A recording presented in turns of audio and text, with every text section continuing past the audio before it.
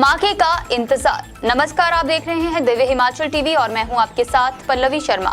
मैं आपके सामने फिर हाजिर हूं हिमाचल आज का मुद्दा लेकर। हिमाचल प्रदेश में अब 6 अप्रैल का लोग बेसब्री से इंतजार कर रहे हैं। इस बीच जयराम सरकार ने भी 5 अप्रैल को होने जा रही मंत्रिमंडल की बैठक की डेट बदल दी। हालांकि बैठक टालने के कुछ तर्क और दिए जा रहे हैं। माना जा रहा है कि मंडी में होने जा रही आम आदमी पार्टी की रैली को लेकर अब सरकार रणनीति बनाने जा रही है। उधर चर्चा ये भी चल पड़ी है कि शिमला नगर निगम चुनावों में भाजपा और कांग्रेस को घेरने के लिए आप और वामपंथी संगठन हाथ मिला सकते हैं। क्या और कैसा है आजकल का सियासी माहौल, हम पहाड़ी में इसी पर चर्चा कर रहे हैं अनिल अग्निहोत्री और राजेश शर्मा। मंत्रिमंडल देगा बड़ी खुशखबरी। जी हाँ, ऐसी उम्मीद है। अब उम्मीद कहाँ से बंधती है, बात कर लेते हैं राजेश जी। राजेश, ये 5 अप्रैल को शेड्यूल्ड थी ना जी मंत्रिमंडल की बैठक, और इसको पोस्टपोन किया गया है। अब होगी ये 7 अप्रैल को। बिल्कुल कुछ सुगबुगाहट है, कुछ कहा जा रहा है कि एक विशेष कारण था इसलिए मंत्रिमंडल की बैठक बदली गई। हालांकि सरकार की तरफ से ऐसा कुछ नहीं कहा गया। जो चर्चा है हम उस एजम्पशन पे बात कर रहे हैं। क्या कहा जा रहा है? बिल्कुल, देखिए, कैबिनेट की बैठक पहले 5 अप्रैल को होनी थी, अब वो बदल के 7 अप्रैल को सुबह 10 बजे सचिवालय में कर दी गई है। 7 अप्रैल को बैठक होगी।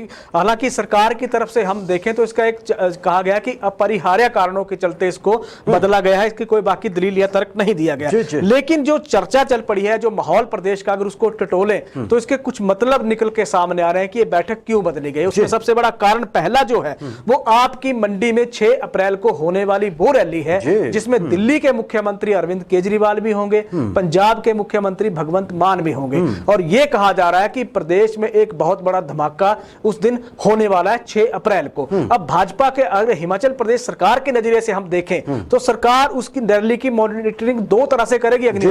पहली करेगी लोगों के नजरिए से, यानी कि उस रैली में कितने लोग शामिल होते हैं, कितनी भीड़ उस रैली में शामिल होते हैं। क्योंकि आप अगर आम आदमी पार्टी का नजरिया देखें, वो ये कह रहे हैं कि हमने प्रदेश भर में 3 लाख कार्यकर्ता जोड़ लिए हैं। और दूसरा नजरिया जो सरकार का है कि यहां घोषणा क्या करेंगे, वो कौन सी पॉलिसी लेकर आएंगे, क्या क्या ऐलान अरविंद केजरीवाल हिमाचल प्रदेश की जनता के लिए करने जा रहे हैं, विजन क्या दिखाएंगे। अब इन दोनों जो ऐलान वो करेंगे, ये 2 जो फैसले लेंगे, उसको लेकर हिमाचल सरकार की नजर अब आम आदमी पार्टी की इस रैली को होने जा रही है। और उस पे क्योंकि आगे सरकार ने प्लानिंग करनी है, उनको जवाब देने के लिए काउंटर जो प्लान होगा उसको एग्जीक्यूट करने के लिए फिर 7 अप्रैल को मंत्रिमंडल की बैठक बुलाई गई है।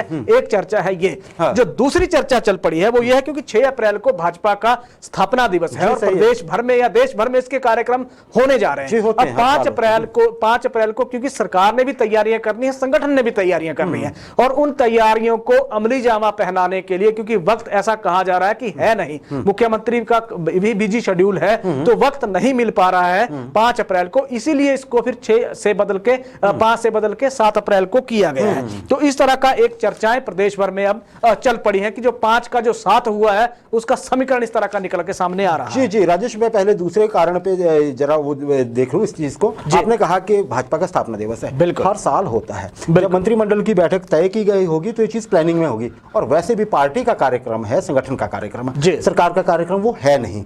चलिए, और दूसरी चीज, अगर पहला कारण है जो रैली हो सकता है, तो फिर ये मान के चला जा सकता है कि मंत्रिमंडल में कुछ अच्छी घोषणाएं हो सकती हैं। सही है, बिल्कुल जी, कि तुरंत जो आम आदमी पार्टी कुछ कहती है या कोई वादा करती है तो उसको तुरंत उसके प्रभाव को कम किया जा सके मंत्रिमंडल में लिए गए अच्छे फैसलों की वजह से। हालांकि सरकार तो हमेशा कहती है कि अच्छे फैसले, लेकिन अच्छे से मतलब विस्तृत, जिसमें ज्यादा वर्ग, ज्यादा लोगों को संबोधित करते हो जो फैसले उन पे।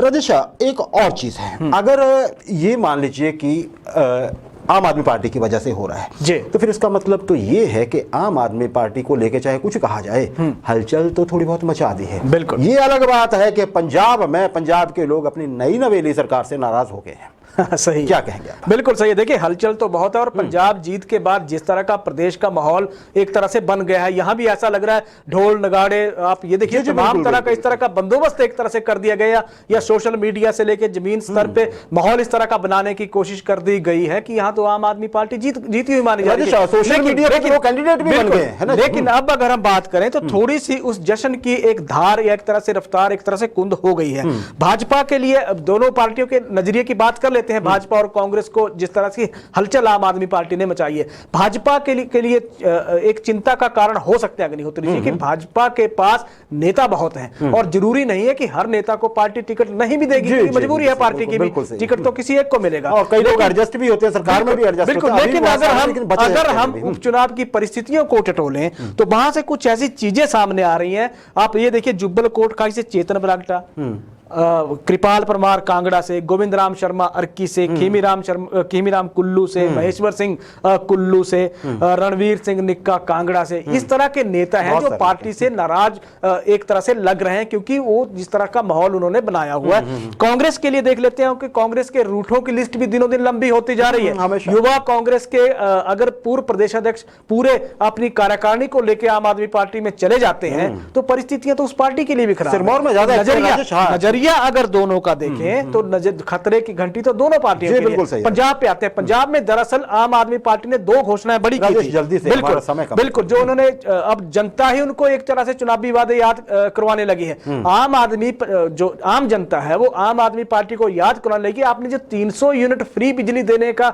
ऐलान किया था उसकी घोषणा आप कब करेंगे? कर्मचारी कह रहे हैं कि आपने हमें ओपीएस का वादा किया था, ओपीएस आप कब देने जा रहे हैं? तो इस तरह के मसले अब आम लोग भी आम आदमी पार्टी से उठाने लगे हैं और आम आदमी पार्टी केंद्र से चंडीगढ़ का मसला उठाने लगी है कि चंडीगढ़ दे दीजिए हमारा। जी, और बड़ी बात क्या है राजेश, हिमाचल में इलेक्शन आने वाले हैं और पंजाब में जो डिलीवर करेगी ना सरकार आम आदमी पार्टी की, बिल्कुल उसके बूते ही हिमाचल में उसका भविष्य की दिशा तय होगी। बिल्कुल सही है ना। तो अब ये भी आप शायद इतने समझदार तो हैं ही, क्योंकि वो फुल टाइम पॉलिटिशियंस हैं सारे, तो स्टेट्स में सरकार बना चुके हैं, उनको ज्यादा पता है। सही। लेकिन डिलीवरी पंजाब से बड़े जुड़े होते हैं हमारे जज्बात, बिल्कुल है ना जी, तो बड़ा फर्क पड़ता है। अच्छा राजेश, भाजपा की बात कर लेते हैं। भाजपा के लिए बड़ी राहत की खबरें आ रही हैं आजकल, जैसे एक आज भी आई, मुख्यमंत्री जयराम ठाकुर और अनुराग ठाकुर दोनों के बीच नजदीकियां बढ़ती नजर आ रही हैं जी। क्या आप क्या देखते हैं, क्या इस पे इसके एक कारण क्या है? मैं ऐसा सवाल क्यों उठ रहा है कि नज़दीकियाँ बढ़ रही हैं, और ये नज़दीकियाँ क्या खुद ब खुद बढ़ रही हैं या बढ़वाई जा रही हैं? बिल्कुल, देखिए नज़दीकियाँ इसलिए, अभी कारणों को अगर हम देखते हैं तो पहले एक तरह से इनके संबंधों में थोड़ी सी थोड़ा था खिंचाव, ऐसा लगता था कि खिंचाव दोनों एंड पे था, ना कोई एक मान रहा था ना ही दूसरा कोई मान रहा था। आजकल नज़दीकियाँ बढ़ने लगी हैं और स्वाभाविक रूप से कहें तो भाजपा ने, क्योंकि अभी चुनाव लड़ना है और चुनावों के लिए केंद्रीय आला कमान की अगर हम बात करते हैं तो केंद्रीय आला कमान का साफ निर्देश है कि मिलजुल के आगे बढ़ना होगा ताकि संदेश सभी और स्पष्ट जाए, एकता का संदेश सामने सबके चला जाए। लेकिन ये तो हो गई एक थीम, एक विचार जो ऐसा हो सकता है। लेकिन अगर हम अंदर खाते टटोलते हैं तो मजबूरी एक तरह से लग रही है, क्योंकि मुख्यमंत्री का ड्रीम प्रोजेक्ट मंडी बल का एयरपोर्ट है जो केंद्र स्तर पर जिसको कंप्लीट करने का सीधे तौर पर कहें अगर केंद्र में दबाव बनाना मुख्यमंत्री ने है तो वहां हिमाचल के सांसद की जरूरत पड़ेगी और केंद्रीय खेल मंत्री अनुराग सिंह ठाकुर हैं, तो इसलिए उनका जो लिंक्स है वहां काम आएंगे। इसलिए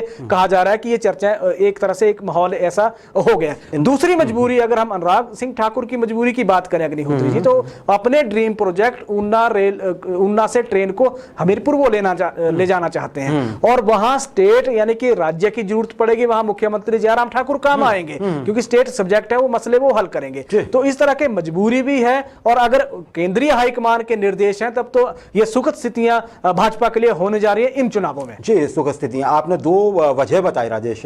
एक तो बल एयरपोर्ट, सबको उम्मीद रहती है 1000 करोड़ रुपए भी पता है वो रखा हुआ है। हर बार जब केंद्रीय मंत्रिमंडल की बैठक होती है तो सबको इंतजार होता है कि आज आ जाएगा नाम, नहीं आता है। और रही बात हमीरपुर रेल की राजेश, एक तो उसमें से एक सुरंग हटी है, 2000 रुपए कम हो गए हैं और वो ट्रेन जो है बजाय हमीरपुर की तरफ आने के वो कांगड़ा की तरफ से रख रही है। वैसे देखा जाए तो टेक्निकली वो अप्रोचेबल वहां होगी, जैसे कि हमीरपुर का मेडिकल कॉलेज है, बिल्कुल उसको उस तरफ बनाया गया है हमीरपुर जिला में जहां से टांडा बहुत नजदीक है, है ना जी, और बाकी हमीरपुर दूसरी तरफ बसता है। बिल्कुल, तो ये सवाल तो रहेंगे ही कि अगर चीजें बनती भी हैं तो कहां और कैसे हो पाती है राजेश।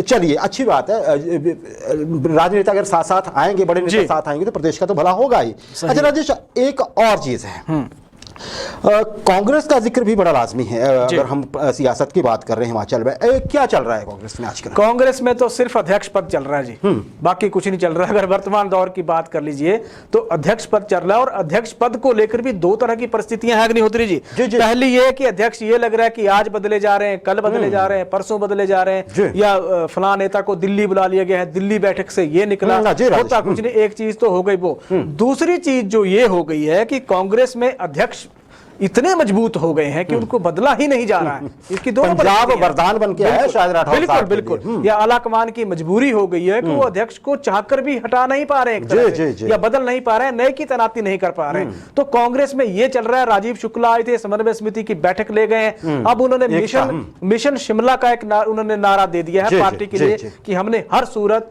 हर हाल में नगर निगम चुनाव शिमला का जीतना है, जो सप्ताह का सेमीफाइनल है। समय हमारा, मैं चाहूंगा अब हम बड़ा ब्रीफ और प्रिसाइज चर्चा करें। राजेश, चलते चलते आपने शिमला नगर निगम की बात की, वहां पे एक सवाल अभी खड़ा है कि क्या आम आदमी पार्टी चुनाव में उतरने जा रही है? अच्छा, सुगबुगाहट या ये कह लीजिए अफवाह, क्योंकि उसकी कोई एक पार्टी 1 से न पार्टी 2 से कहा गया है। ये भी कहा गया है कि अगर आम आदमी पार्टी शिमला नगर निगम चुनाव में उतरती है तो वो जो वाम संगठन है वहां पे, कम्युनिस्ट संगठन जो है, उनसे अंदर खाते बातचीत हो सकती है कैंडिडेट्स उतारने के लिए। अब इसमें कितनी सच्चाई है अलग बात है, लेकिन ऐसा होता है तो क्या होगा राजेश? बिल्कुल, देखिए शिमला नगर निगम के 41 वार्डों में चुनाव होगा, और 41 वार्ड के लिए भाजपा और कांग्रेस की रणनीति बिल्कुल स्पष्ट है। भाजपा भी चुनाव लड़ रही है, कांग्रेस भी चुनाव लड़ रही है। आम आदमी पार्टी के नजरिए पे पहले सवाल उठाए जा रहे थे कि सीधे तौर पे कहा जा रहा था कि अगर आप प्रदेश की राजनीति में एंटर करना चाहते हैं तो नगर निगम का चुनाव लड़के दिखाइए।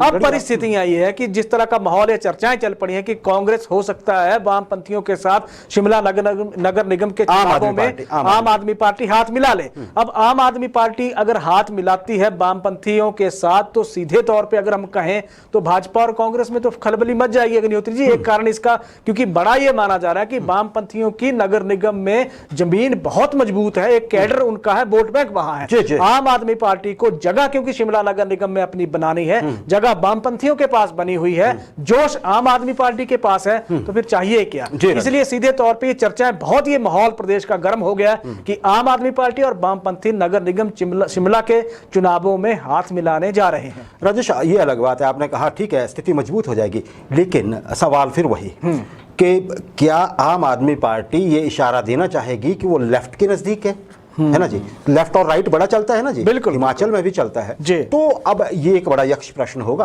आम आदमी पार्टी के सामने भी कि चुनावों से ठीक पहले क्या वो लेफ्ट के साथ दिखना चाहेगी कि नहीं दिखना चाहेगी? राजेश,